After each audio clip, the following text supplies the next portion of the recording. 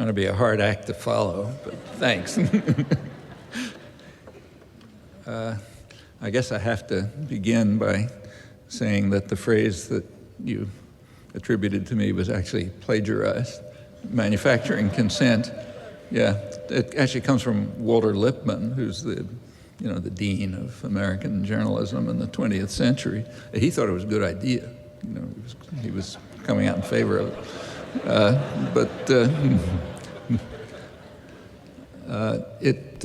It goes without saying that anything that happens in the United States has an enormous impact on the rest of the world. Last election, for example. And conversely, that's important to remember. What happens in the rest of the world cannot fail to have an important, in fact, crucial often, impact in the United States. And that happens in several ways. For one thing, it sets constraints on what even the most powerful state can do. But in a more significant way, what happens elsewhere, like here, influences the domestic component of what the New York Times ruefully described as the second superpower, namely world public opinion, after the enormous protests right before the Iraq invasion. It was the first time in hundreds of years of the history of Europe and its North American offshoots that a war was protested, and in fact massively protested, before it was officially launched. And that's a historic event, and it tells us a lot about where we've come, and should be encouraging, not depressing. Take, say, by comparison, the war, what's called the Vietnam War, actually the war against South Vietnam, that was launched by John F. Kennedy in 1962. It was brutal and barbaric from the outset. Began with bombing of unprotected civilian targets, chemical warfare to destroy food crops so as to starve out the civilian support for the indigenous resistance, programs to drive millions of people to virtual concentration camps or urban slums to eliminate the popular base for the resistance. By the time protests reached a substantial scale, 1967, the highly respected and quite hawkish Vietnam specialist and military historian Bernard Fall wondered, quoting him, whether Vietnam as a cultural and historic entity would escape extinction as the countryside literally dies under the blows of the largest military machine ever unleashed on an area of this size. It was particularly South Vietnam, which was always the main target of the U.S. assault. And when protest finally did develop, many years too late, it was mostly directed against the peripheral crimes, the extension of the war to the north and the rest of Indochina. These were terrible crimes, but lesser ones. And it's quite important to remember how much the world has changed since then through deeply committed popular struggle. It's far too late in developing, but ultimately it was effective. The most interesting part of the Pentagon Papers, which is rarely mentioned for good reasons, is the last section. Pentagon Papers ends middle of 1968, and as many of you will remember, or maybe know if you're too young to remember, January 68 was the Tet Offensive, which convinced corporate elite in the United States that the war just wasn't worth it. And the U.S. had won many of its objectives. It had destroyed any serious hope of independent, successful development in Vietnam, which was its main purpose, as in many other cases. And it was just becoming too costly for the United States, too costly because of the rising anti-war movement, which was compelling the president to fight what was called a guns and butter war. Couldn't declare a national mobilization, which probably would have been good for the economy the way it was during the Second World War, but had to kind of buy the population off because there were just too much disruption. And it was just becoming too costly. That was the Tet Offensive, the Pentagon Papers, kind of record of the internal Pentagon history that Dan Ellsberg released. It ends a couple of months after that. And it turns out that right after the Tet Offensive, the president wanted to send 200,000 more troops to South Vietnam, and the Joint Chiefs of Staff objected. They didn't want to do it, and they refused. And the reason they said is that they would need those troops for civil disorder control in the United States because of the rising protests among women, young people, minorities, in fact, a large part of the population. So it was just too dangerous to send more troops to Indochina. That continued and grew. Over the next 10 years, elite groups thought they had it under control. When Ronald Reagan came into office, he tried to duplicate what John F. Kennedy had done in South Vietnam 20 years earlier. In fact, Reagan probably didn't know what was going on, but his advisors, his planners, just point by point duplicated it. This is 1981, and the target then was Central America, under what was called, incidentally, a war against terror. It was declared in 1981, not in 2001. They had to back off because there was just too much spontaneous protest from church groups, from by then all over the mainstream of the country, not just young people and so on. So they backed off, and they turned to what was called clandestine war.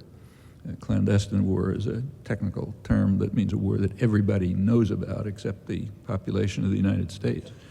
And they don't know it for a good reason, which some people have something to answer for about. So the Reagan administration fought this clandestine war with a huge international terror network. So the cover war on terror, Orwell would have appreciated. That was terrible enough. A couple 100,000 people were killed, 4 countries devastated. But it wasn't B-52s, which are much worse. And it wasn't mass murder operations, which happened to be peaking in 1969, at the time when John Kerry was deep in the Mekong Delta in the South, which by then had been largely devastated. The popular reaction to even the clandestine war, which, as it was called, also broke new ground in history, another historically unprecedented development. That was the origin of the solidarity movements for Central America, which were coming right out of the mainstream. Thousands, in fact, tens of thousands of people from the United States actually went to help the victims. That had never happened in the history of European imperialism or its North American offshoots. And by now they're all over the world. That's again something entirely new in Western history and another testimony to the success of these movements, of which there are many. And the state managers are well aware of it. When a new president comes in, first thing he has done is an intelligence assessment. The intelligence community, as it's called, gives an assessment of the world situation. And George Bush, #1, he did it too. So in 1989, there was an assessment of the world situation, and a piece of it leaked. Usually we don't hear about these things for like 40 years, if ever. But a little part of it leaked and was published. It was kind of hushed up. And it was an interesting part. Somebody obviously in the Pentagon or CIA or somewhere didn't like it and leaked it to the press. It was a discussion of the kinds of wars that the U.S. would be fighting. Wars against what it called much weaker enemies. Those are the only kind of wars you fight if you have any sense. Wars against much weaker enemies, it said, in the case of such wars, the United States would have to win them rapidly and decisively because there simply is no political support for anything more than that. It's not like the 60s when you could go on for years and years with no protest and destroy a country before it significantly develops. Well, that's significant. I mean, the world is a pretty awful place, and you can look at it and get pretty depressed, but it's far better than it was yesterday. And that's not only with regard to the unwillingness to tolerate aggression, but also in innumerable other ways, many of which we now just take for granted, which is good. We should take them for granted, but we should also remember that not many years ago it wasn't like that. There are very important lessons, and they should always be foremost in our mind. if we had a little more time, I had intended to say a couple of words about Canada's role in the Indochina Wars, which is pretty interesting, but I'll skip that. I'll say I'm being polite. But you should know about it if you don't already. It's pretty ugly. Well, without forgetting the very significant progress towards more civilized societies, which has taken place in the past years, and crucially the reasons for it, namely popular engagement and struggle, let's focus nevertheless on the present and on the topic that was suggested for this evening, the notions of imperial sovereignty that are now being crafted. It's not surprising that as the population becomes more civilized, power systems become more extreme in their efforts to control the great beast, as the founding fathers of U.S. society called the people, the hated and feared people. The conceptions of popular sovereignty that are being crafted by the radical statist reactionaries of the Bush administration are in fact so extreme that they've drawn unprecedented criticism in the most sober and respected establishment circles. Actually, pretty helpful to people like me. Instead of quoting, sort of far-out types, you can quote the most respectable mainstream journals, and they're saying more, stronger things than you might have said yourself. The administration's ideas of presidential sovereignty were transmitted to the president by the newly appointed Attorney General, Alberto Gonzales. At that time, he was the president's counsel, and he's depicted now as a moderate in the press. His views on this are discussed by the very respected constitutional law professor, Sanford Levinson, in the current issue of the Journal of the American Academy of Arts and Sciences. You can't get more respectable than that. Levinson writes that the conception being crafted by the Justice Department, transmitted by Gonzales, is based on the principle that, quoting, there exists no norm that is applicable to chaos. And that quote, as Levinson comments, is from Carl Schmitt, who was the leading German philosopher of law during the Nazi period. Levinson describes him as the true eminence grise of the Bush administration. The administration, advised by Gonzales, quoting Levinson, has articulated a view of presidential authority that is all too close to the power that Schmitt was willing to accord his own Führer. One rarely hears words like that from the heart of the establishment. The same issue of that super respectable journal has an article by two leading strategic analysts on what's called the transformation of the military. It's another component of the new doctrines of imperial sovereignty that are being crafted. That's the rapid expansion of offensive weaponry, including the militarization of space, in this case joined apparently by Canada, and other measures that are designed to place the entire world at risk of instant annihilation. And these have elicited the anticipated reactions by potential targets, Russia and China, who are developing their own offensive weaponry in order to overwhelm it. These two analysts conclude that the U.S. programs may lead to, in their words, ultimate doom.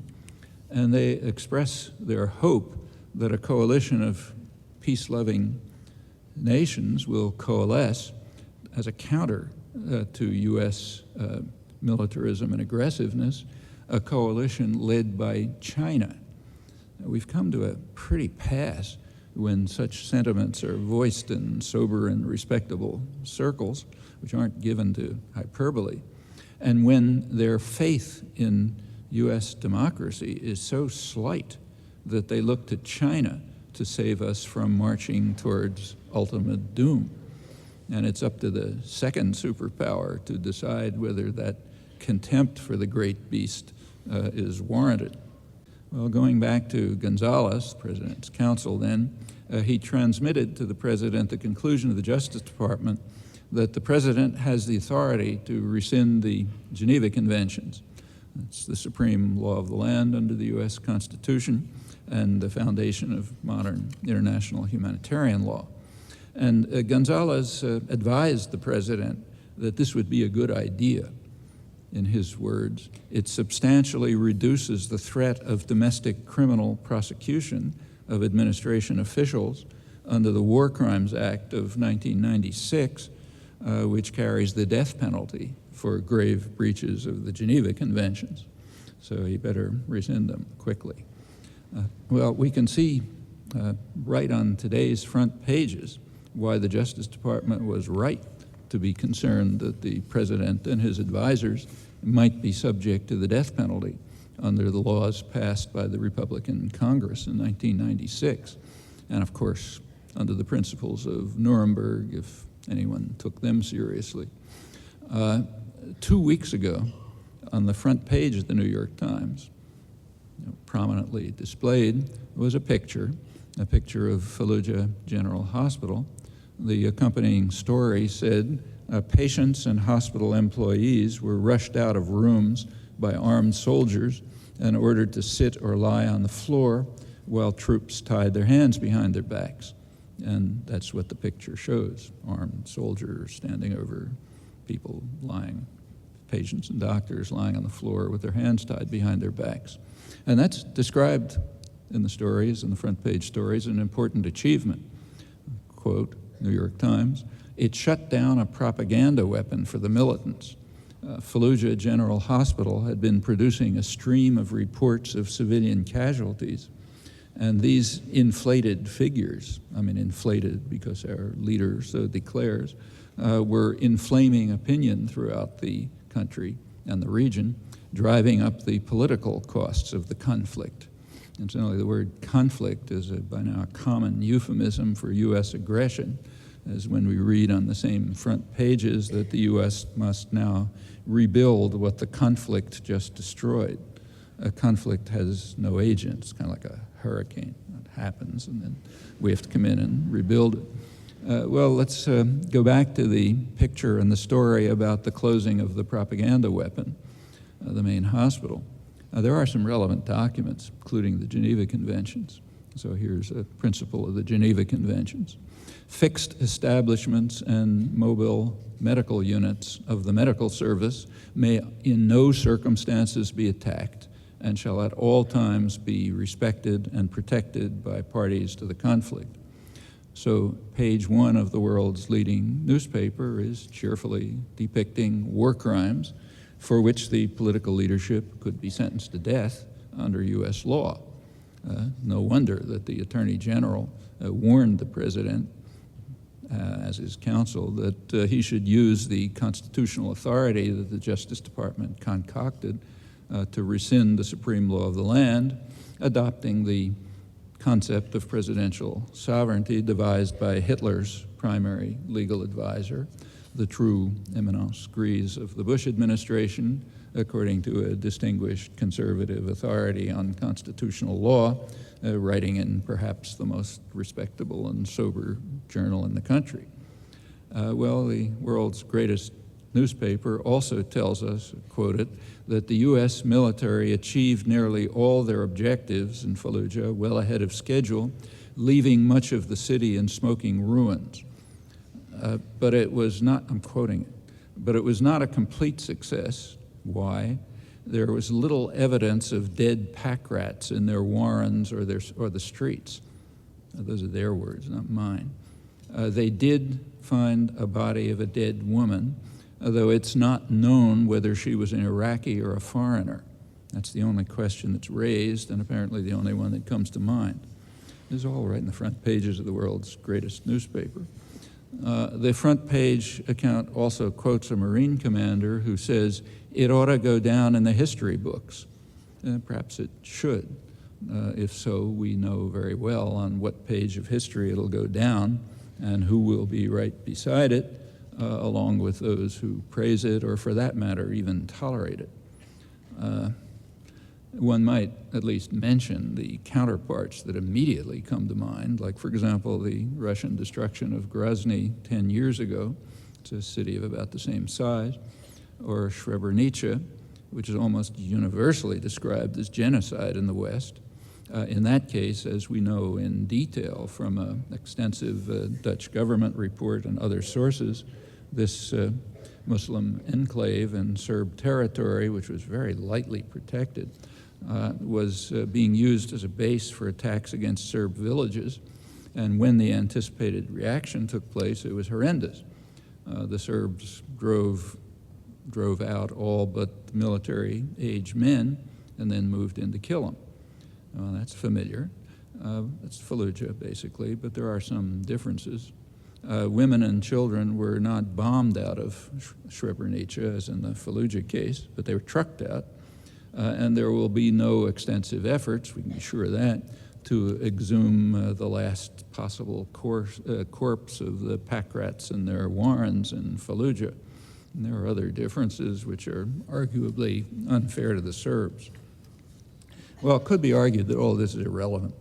The Nuremberg Tribunal, spelling out the UN Charter, declared that, quoting it, initiation of a war of aggression is the supreme international crime, differing only from other war crimes in that it contains within itself the accumulated evil of the whole, hence the war crimes in Fallujah, Abu Ghraib, and so on.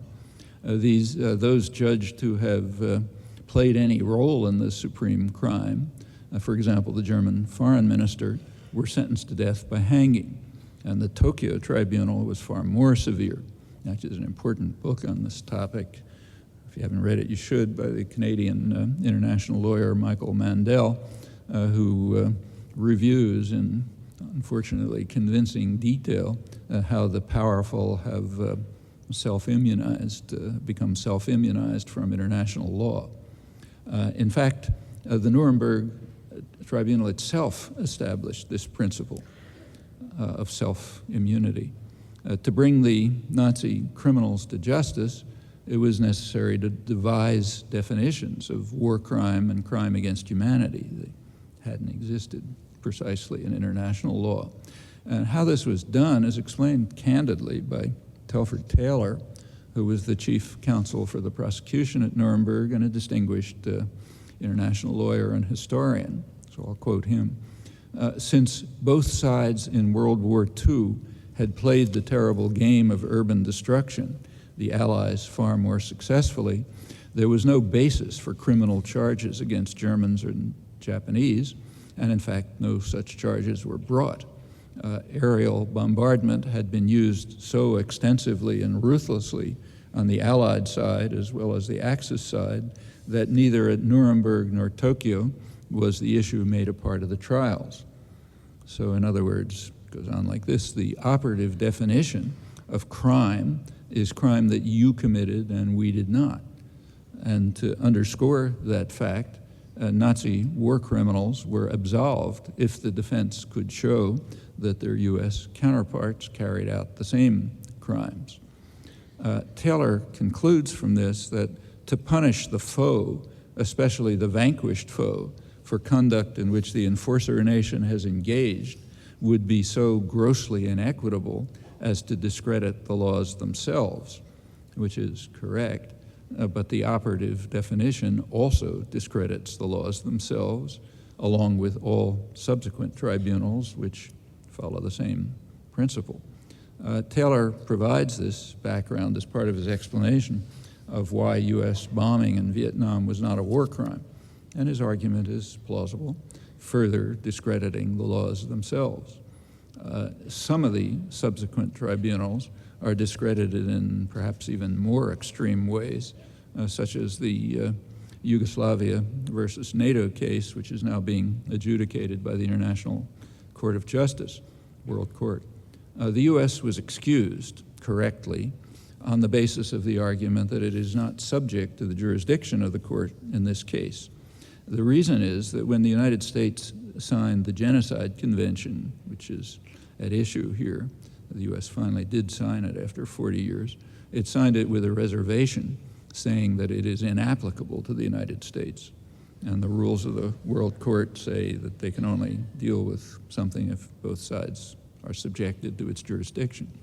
There was an outraged comment on the efforts of the Justice Department lawyers to demonstrate that the president has the right to authorize torture, a comment by the dean of Yale Law School, Howard Koh, and he said that the notion that the president has the constitutional power to permit torture is like saying that he has the constitutional power to commit genocide. Well, the president's legal advisors, like the new attorney general, should have little difficulty arguing that the president indeed does have that power if the second superpower, it's us, permits him to exercise it. Let's look at the pretext for the U.S.-British aggression in Iraq, the supreme international crime that encompasses everything that follows. The pretext was the right of what's called anticipatory self-defense. Now it's sometimes called preemptive war, in a radical perversion of that concept. This right of anticipatory self-defense was proclaimed officially in the Bush administration National Security Strategy of September 2002, which declared Washington's right to resort to force to eliminate any potential challenge to its global dominance, any potential threat, if you like. The National Security Strategy was very widely criticized among the foreign policy elite right away.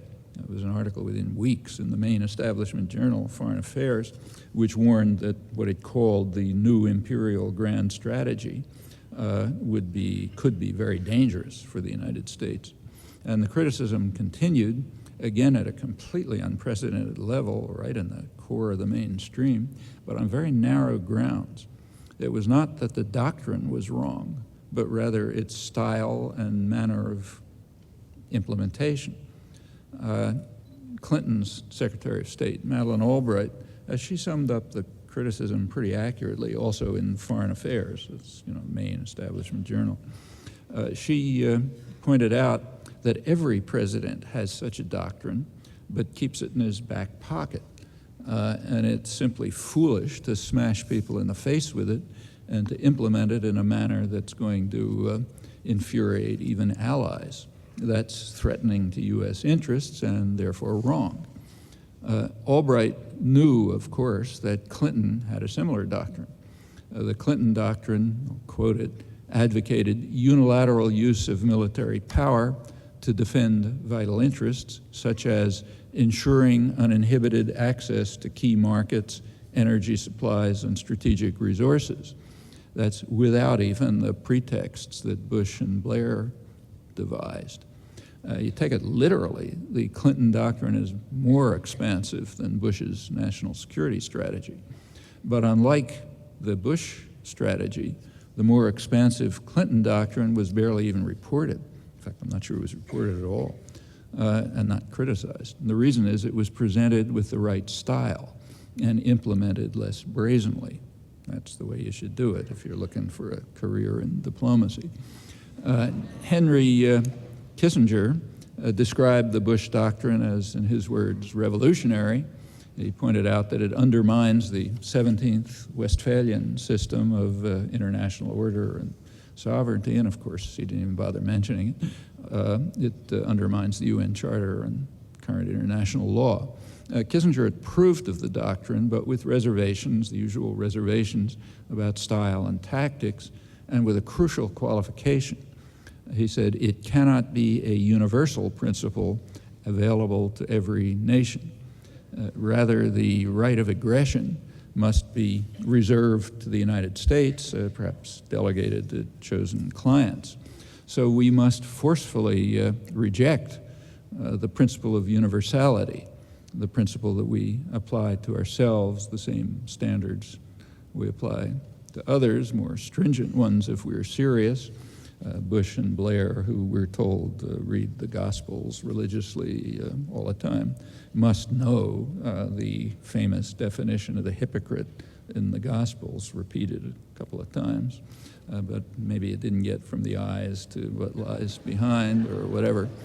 And Kissinger, I think, is to be praised, as often, for his honesty in very forthrightly articulating the prevailing doctrines which are usually concealed in professions of virtuous intent and tortured legalisms. And Kissinger also understands his educated audience. As he doubtless expected, there was no reaction. Well, his understanding of his audience was illustrated again rather dramatically just a couple of months ago, last May. Some Kissinger-Nixon tapes were released over Kissinger's strong objections. And there was a report in the world's leading journal, New York Times. The report mentioned in passing the orders to bomb Cambodia that Kissinger transmitted from Nixon to the military commanders. In his word, a massive bombing campaign in Cambodia, anything that flies on anything that moves. You get that? Anything that flies on anything that moves. Well, I think that's unique in the archival record. At least I've never come across a call for genocide in such explicit terms. The publication, we'd certainly call it genocide if anybody else were responsible. And this is a call for it. The publication elicited no reaction. That incidentally refutes Dean Coe of the Yale Law School. It is simply taken for granted in the elite intellectual culture that the president and his national security advisor do have the right to order genocide, contrary to Coe's outraged claim. Well, just imagine if the prosecutors at the Milosevic tribunal could find anything even remotely similar. They'd be overjoyed. Trial would be over, several life sentences, death penalty if it adhered to U.S. law. But remember, that's them, not us. And the difference is a core principle of the elite intellectual culture in the West, and in fact, throughout history rather generally, if you look. The principle of universality is the most elementary of moral truisms. It's the foundation of just war theory and, in fact, of every system of morality, which is why it is repeated over and over again in the Gospels. Rejection of moral truisms is a fundamental principle of intellectual culture, so deeply rooted as to be invisible. And just to illustrate again how deeply entrenched it is, that's the world in which we live, incidentally. It's not some exotic thing on Mars.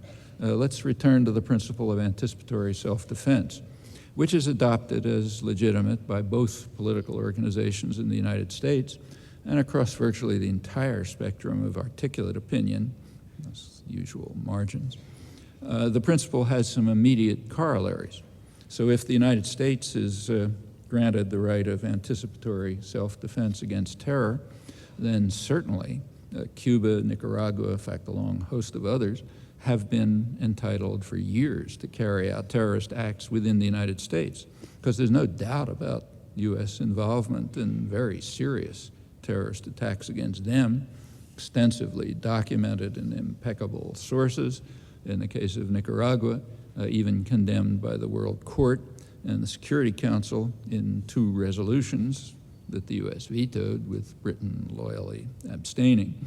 The conclusion that Cuba and Nicaragua, among many others, have long had the right to carry out terrorist atrocities in the U.S., that conclusion is, of course, utterly outrageous and advocated by no one.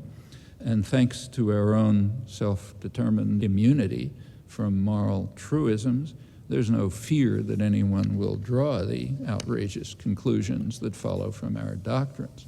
And there are actually still more outrageous ones. So I don't know anyone, for example, who goes out in the streets every December 7th to celebrate Pearl Harbor Day by applauding the fascist leaders of Imperial Japan. But by our standards, it's exactly what we should be doing. The bombing of military bases in the U.S. colonies of Hawaii and the Philippines was entirely legitimate and praiseworthy, according to our standards. The Japanese leaders knew very well that B-17 flying fortresses were coming off the Boeing production lines, and they were surely reading the U.S. press and very familiar with the very public discussions in the United States at the time, explaining how these planes could be used to incinerate Japan's wooden cities in what was called a war of extermination, flying from Hawaiian and Philippine bases. And that's a far more powerful justification for anticipatory self-defense than anything conjured up by Bush and Blair and their associates and supporters. Well, fortunately, we're once again protected from such conclusions by the principled rejection of elementary moral truisms. It's very easy to continue, but too easy, in fact, so I won't go on with some other examples I was going to go into. But that all of this, cite examples at length. It's hard to find an exception. It does leave open a crucial question. How does the great beast react? That is the domestic U.S. counterpart of the second superpower.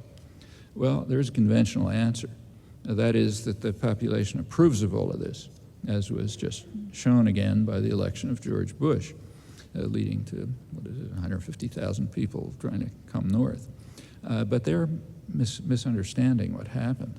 And as is often the case, a closer look is helpful. So let's take a slightly closer look. The winning candidate last November, early this month, received about 31% of the eligible vote, the loser 29%. The results were very close to what they had been in the year 2000, virtually the same red and blue states, as they're called. A few percentage shift in the vote, which is almost a random event, would have meant that Kerry had won, also telling us nothing about the country and the electorate. The reason is that issues of substance were very consciously kept out of the campaign. You have to remember that political campaigns are designed by the same industries that sell toothpaste and cars and so on. It's not an exaggeration. They're run by the public relations industry. What is their professional concern and their regular vocation? Well, it's not to provide information. Their goal, rather, is deceit. And that's not a secret. Every time you turn on the tube, you see it. Hundreds of billions of dollars a year are spent in what's called advertising, which does not, say, list the properties of next year's cars, as would happen in an unimaginable market society based on what you study in economics courses, informed consumer choice. That's a total myth. Rather, just take a look at the advertising. It tells you why. The point is not to present information, it's to deceive you.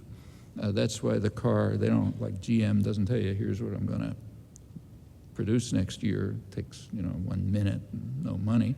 What it does is show the car with a, sexy model in it, or a sports hero, or, doing some ridiculous thing like climbing up a sheer cliff or something like that. And it's the point is, and it's true of the whole hundreds of billions of dollars, is to project some kind of an image that might deceive the consumer into buying this car instead of the virtually identical one produced by a competitor. That's the prime commitment of the public relations industry, and one of the many ways of undermining the mythology about markets, which nobody believes in unless you can force them on someone else. And the same is true with elections, which are run by the PR industry. The goal is to project images and to deceive the public into accepting them while sidelining issues for very good reasons, to which I'll come back. And the population knows it. They're not stupid. About 10% of voters say their choice is based on the candidates, reading the polling question, on the candidates' agendas, ideas, platforms, and goals. That's 6% of Kerry voters and 13% of Bush voters, otherwise essentially nobody. The rest rely on what the industry calls qualities and values. So does the candidate project the image of a strong leader, kind of guy you'd like to meet in a bar, or somebody who cares about you and is just like you? My guess, I have no evidence, but I'm just guessing, is that Bush is very carefully trained to say things like nuclear and misunderestimate and all the other silliness that intellectuals like to ridicule. That's probably about as real as the ranch that was constructed for him and the rest of the whole folksy manor. After all, it would hardly do to present him as a spoiled frat boy from Yale who became rich and powerful because he has rich and powerful connections and family. Rather, the imagery projected has to be a guy just like us, not one of these fancy types, a guy who'll protect us, who cares about us, who shares about our moral values. That's the imagery, which is about as real as in toothpaste ads. Not surprisingly, it's done by the same people. Bush, in that case, the point is to undermine markets. In this case, the point is to undermine democracy. That's the same principle. Bush, if you look, received a large majority among voters who said that they were concerned primarily with moral values and terrorism. Now, as for Bush's moral values, there's an easy way to find out what they are. Read the business press the day after the election. It describes what I call the euphoria in corporate boardrooms and so on. That's not because CEOs are opposed to gay marriage. Actually, most of them are what are called liberals. I mean, their social values are about the same as, a Canadian dimension, probably. If you want to learn more about their moral value, the Bush moral values, just observe the principle, basic principle, which is not concealed. The principle is that costs are to be transferred to your children and your grandchildren. That's environmental costs, fiscal costs, and the rest. It's not concealed. And those are indeed the moral values. The point of the PR industry is to prevent you from seeing anything as obvious as that. What about terror? Well, the fact of the matter is that Bush's planners escalated the threat of terror, and pretty consciously. It had been predicted, even by their own intelligence agencies, that would be the consequence of the war in Iraq, and it turned out to be true. And they did it because it's just not a high priority for them, surely as compared with much more serious goals, such as establishing secure military bases in a dependent client state right at the heart of the world's energy resources. That's really important. It's critically important to ensure that the huge profits, one historian of the industry calls them profits beyond the dream of avarice. It's important to ensure that they go into the right pockets, even meaning U.S. energy corporations, and in fact, much more than that, the U.S. Treasury, high-tech industry, which sells weapons and so on, construction corporations and so on, Bechtel and the rest of them. And even more important than ensuring that the huge profits beyond the dream of avarice go to the right place, certainly not to the people of the region, that's out of the question, but not to competitors either, mostly to the U.S. Much more important than that is what was called the stupendous strategic importance of the Middle East region back 60 years ago, and has been understood ever since. Namely, having a hand on the spigot guarantees what planners 50 years ago called veto power over others. It's George Kennan, favored it, of course. Just his successor, Zbigniew Brzezinski, wrote a couple of months ago that controlling Iraq gives the United States critical leverage over European and Asian economies, veto power, in other words. And controlling those rivals has been a major concern of policy planners ever since the Second World War. They are, to quote Henry Kissinger, they're supposed to keep to their regional responsibilities within the overall framework of order managed by the United States. That's what Kissinger instructed Europeans in his Year of Europe address 30 years ago. And sometimes they get out of line, so if so, you can use the critical leverage. That's now much more urgent than it was in the past, as they keep threatening to move in an independent course, maybe even united. So the European Union and China have became each other's leading trading partners last year, and these ties are becoming even tighter And now of course includes the world's second largest economy, Japan. So critical leverage is more important than ever for world control in what's sometimes called a tripolar world, three major power centers that has been evolving for 40 years and now much more so. In comparison to this, the threat of terror is a pretty minor consideration, although the threat is known to be awesome. Long before 9/11, it was clearly understood and written about in technical publications that sooner or later the jihadist terror that was organized by the U.S. and its allies in the 1980s is likely to combine with weapons of mass destruction, which could have horrifying consequences, but it's just not a high priority. Those who thought they were voting for somebody who's going to protect them from terror and has their moral values are severely deceived. That's the point of advertising and public relations.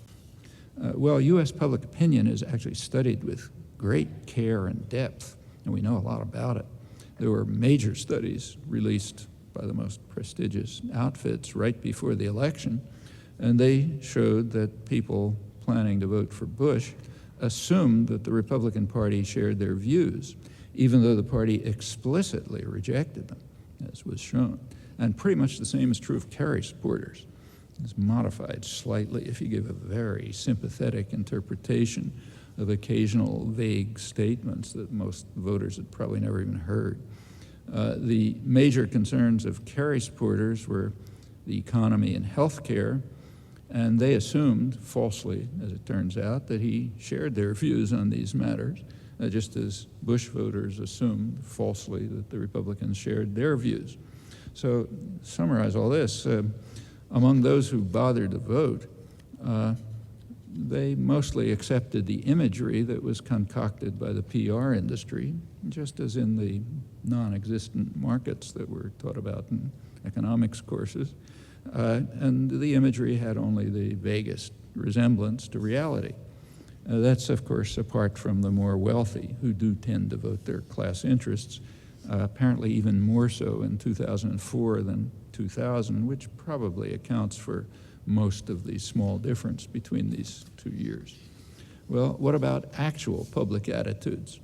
That's crucially important, especially for those who want to change the world. Well, again, right before the election, October, major studies were released reporting public attitudes in the United States.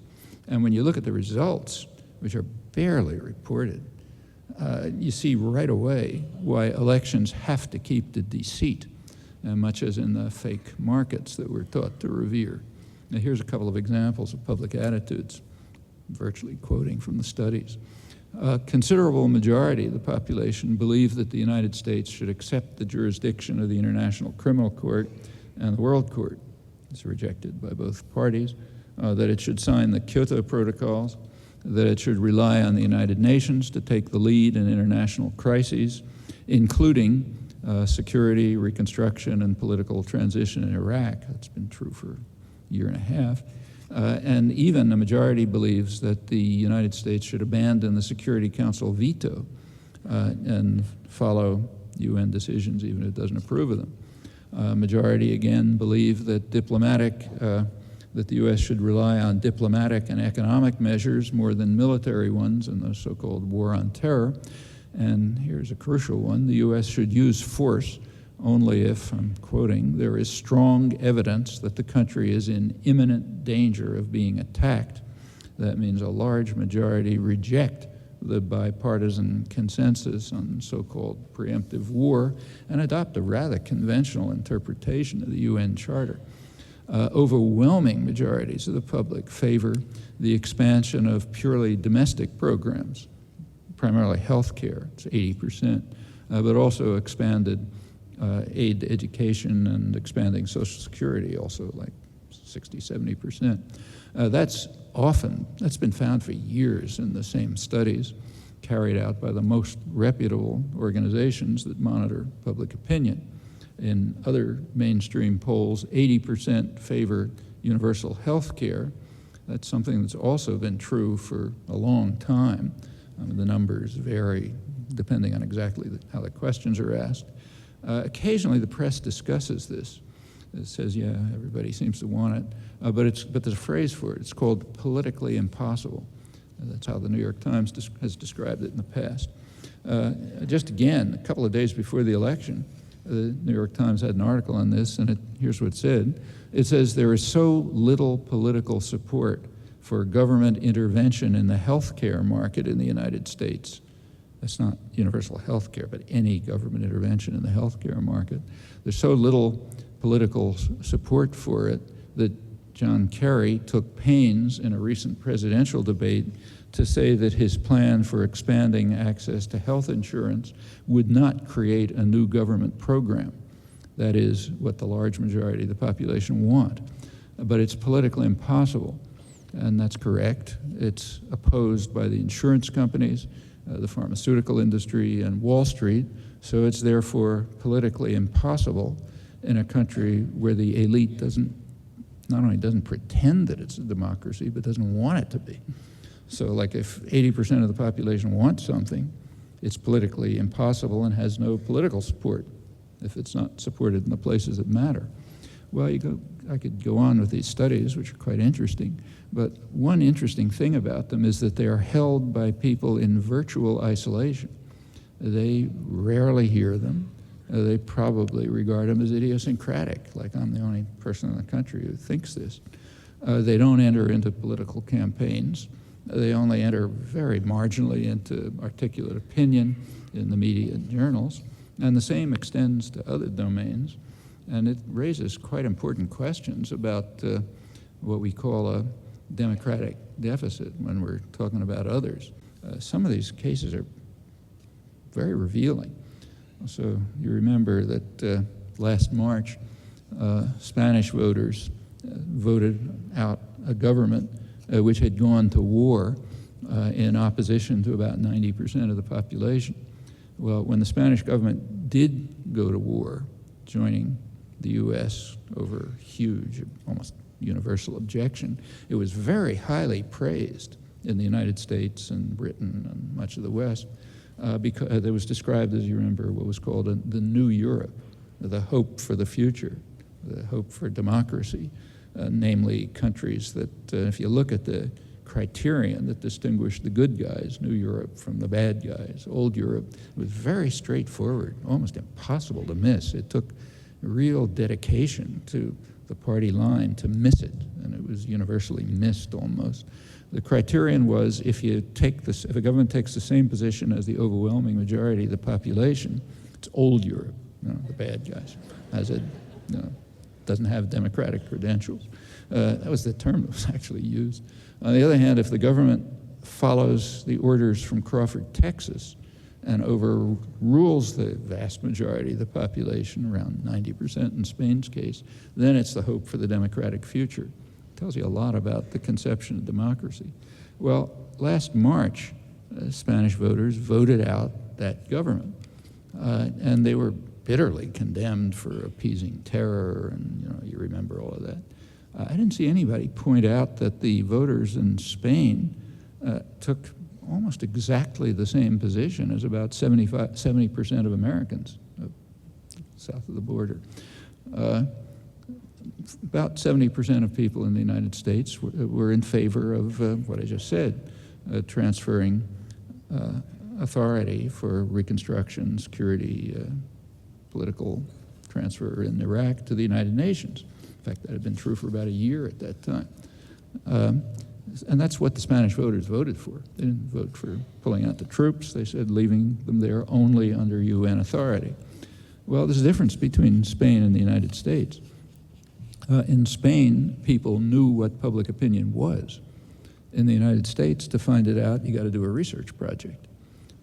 It's there, but you got to do some work. And in Spain, people could vote for it. In the United States, it's completely off the electoral agenda. It's really important to keep issues out of the electoral agenda because of popular attitudes. Actually, we could ask, what would the result be if the parties, let's say either of them, had been willing to articulate people's concerns even on the issues that people pick as most important? Or what would happen if such issues were allowed to enter mainstream discussion? Well, about that we can only speculate, but we do know that it doesn't happen and that the facts are barely even reported.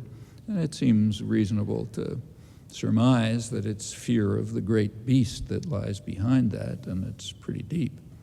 Well, the operative conception of democracy is also revealed very clearly in the international arena, as in the case I mentioned and others. Let's take a current case, the death of Yasser Arafat. The lead think piece in the New York Times by their kind of house lefty intellectual on the death of Arafat, the lead story think piece opened by saying this: the post-Arafat era will be the latest test of a quintessentially American article of faith, that elections provide legitimacy even to the frailest institutions. You read down to the last paragraph on the continuation page, and you read, Washington resisted new national elections among the Palestinians because Arafat would win and gain a fresher mandate, and they might help give credibility and authority to other people the U.S. doesn't like. In other words, democracy is fine if you're sure that the results are going to come out the right way. That's the quintessential faith. And we see that very dramatically right now in the case of Iraq, very dramatically. A year ago, after all the other pretexts had collapsed, Bush's speechwriters came along with a new one to replace them. It's what the liberal press calls the president's messianic vision to bring democracy to Iraq, Middle East, whole world. And the reactions were kind of intriguing. They ranged from rapturous acclaim in the liberal national press, from praise for their work. It ranged from there to critics. The critics agreed that the vision was noble and inspiring, but they said it might be beyond our reach. The problem is that Iraqi culture is just not ready for such progress towards civilized values. But it was interesting that it was presupposed across the spectrum that this was the goal of the invasion. Well, there's evidence for that, one piece of evidence. Our leader proclaimed it. What more is needed? The critics say noble vision, but we have to temper the messianic idealism of Bush and Blair with sober realism. That's the London Financial Times, probably the most serious newspaper in the world. Well, actually there is, you can tell me what the Canadian press said. I'll make a guess, but you can verify it for me. Well, there actually was one sector of opinion that had a different view, Iraqis. At the very same time as the messianic vision was proclaimed in Washington to reverent applause, there was a U.S.-run poll in Baghdad, and it turned out that some people there also believed that that was the goal of the invasion, 1%. A majority of the population took the obvious view. The U.S. invaded Iraq to get control of its resources and to organize the region in U.S. interests. The view you're not allowed to express in the United States, or you're a conspiracy theorist or a Marxist or some other bad word. In fact, Iraqis agree that there's a problem of cultural backwardness that stands in the way of the messianic vision, but they think it's here, not in Iraq. Actually, their views are a little more nuanced if you look. So 1% thought the U.S. invaded to establish democracy, but 50% said the U.S. wants democracy in Iraq. Now, that may look like a contradiction until you go on. 50% said the U.S. wants democracy, but is going to influence it to ensure that it comes out the right way. In other words, they understand very well the quintessentially American faith, perhaps because it was also the quintessentially British faith, while Britain's boot was on their neck since the First World War. And they don't have to know the history of Wilsonian idealism, as it's called, or Britain's noble counterpart, or the French civilizing mission, or the even more exalted vision of Japanese fascists and many others. It's presumably close to a historical universal. Their own experience is enough.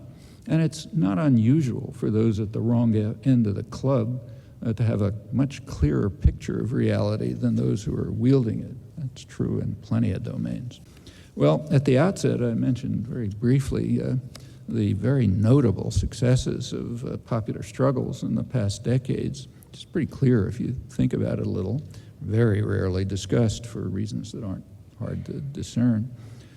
Both recent history and public attitudes suggest some pretty straightforward and quite conservative strategies for short-term activism on the part of those who don't want to wait for China to save us from ultimate doom. We do enjoy great privilege and freedom, in fact, uniquely so by comparative and historical standards.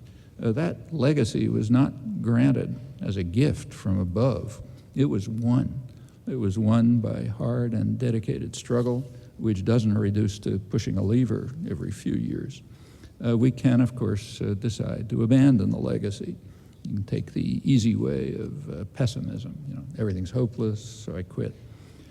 Or we can make use of that legacy and work to create, in part to recreate, the basis for a functioning democratic culture in which the public plays some role in determining policies, and not only in the political arena, from which it's largely excluded, but in the crucial economic arena from which it is excluded in principle.